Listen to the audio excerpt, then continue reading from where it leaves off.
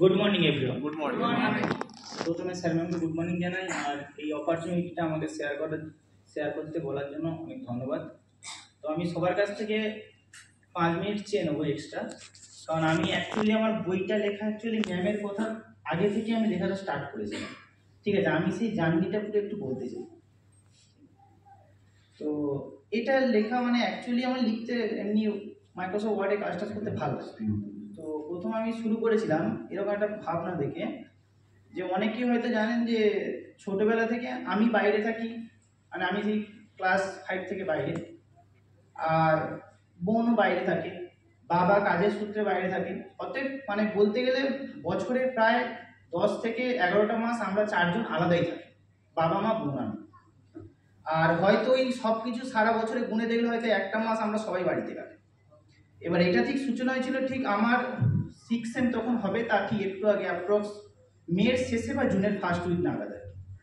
তখন একদিন মানে আমরা ওই হয়তো মাসে 1-2 মাস অন্তর সবাই একবার বাড়ি গেলাম, সবাই থাকলাম, তারপর বাড়ি থেকে চলে আসি যে যার কাছে। তো সেখানে একদিন ওই সময় আমরা বাড়ি গেছি, আর সেই সময় খুব বৃষ্টি হচ্ছে। আর আমাদের কার্ডিক টিম ম্যানেজমেন্টের পক্ষ থেকে সেদিন বলা হয়েছিল যে আমাদের ওখানে একটা জুমে সেশন হবে, মা পার্সোনাল কেয়ার এবং ন্যাপকিন নিয়ে ডেমনস্ট্রেশন করবে, এবং বাবা হচ্ছে কিছু সাপ্লিমেন্ট নিয়ে ওখানে শেয়ার করবে। তো এবার বৃষ্টি হচ্ছে, একদিন 2 দিনের জন্য আমরা বাড়ি গেছি। তো ট্রলার বন্ধ হয়ে গেছিলো, আমাদের বাড়ি গঙ্গাসাগর, ওখানে ট্রলার যাতায়াত হয়, তো বন্ধ হয়ে গেছিলো।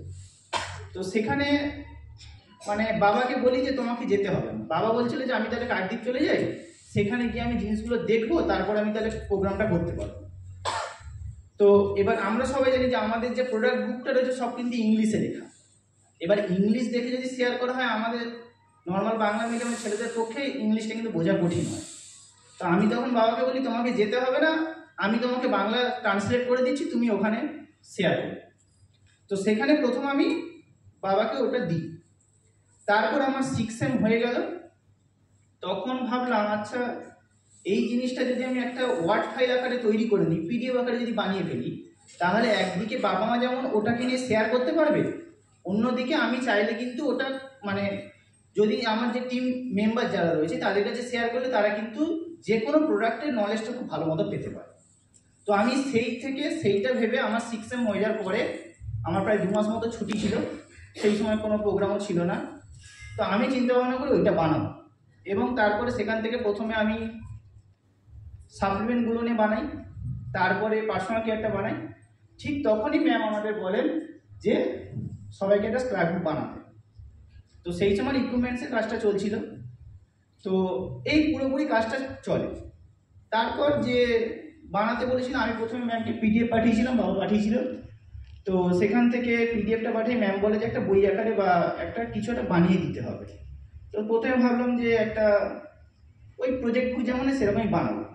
তারপর ভাবলাম না, একটা ইউনিক মতো করে নিজের নামে একটা বই লিখে ফেলে বলে একটা ফ্রন্ট পেজ বানাই নিজে এতে, এবং বইয়ের ওপরে নিজের নামও লিখে দিই রূপম মেটে দিয়ে। সেখান থেকে তারপর প্রিন্টারের ওখানে গিয়ে একটা ছোট করে বইয়ের মতো ভাবলাম যে একটা ছোট করে বই বানাই, বইয়ের মতো করে পুরো ওটাকে বানিয়েছিলাম।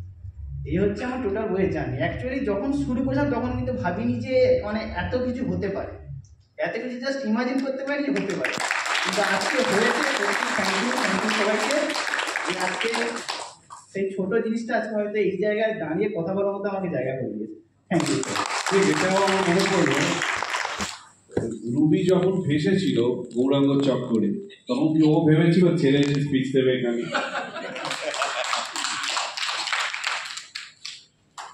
ওকে, থ্যাংক ইউ দুজনকে। এরকম চলতে থাকে, যে কোনো অ্যাচিভমেন্ট তার জায়গায় ভালো। এবার যদি আমাদের কাছে অপশন থাকতো আমরা রাত্রি 10টা অবধি কন্টিনিউ করতাম, অপশন নেই, তো আমাদের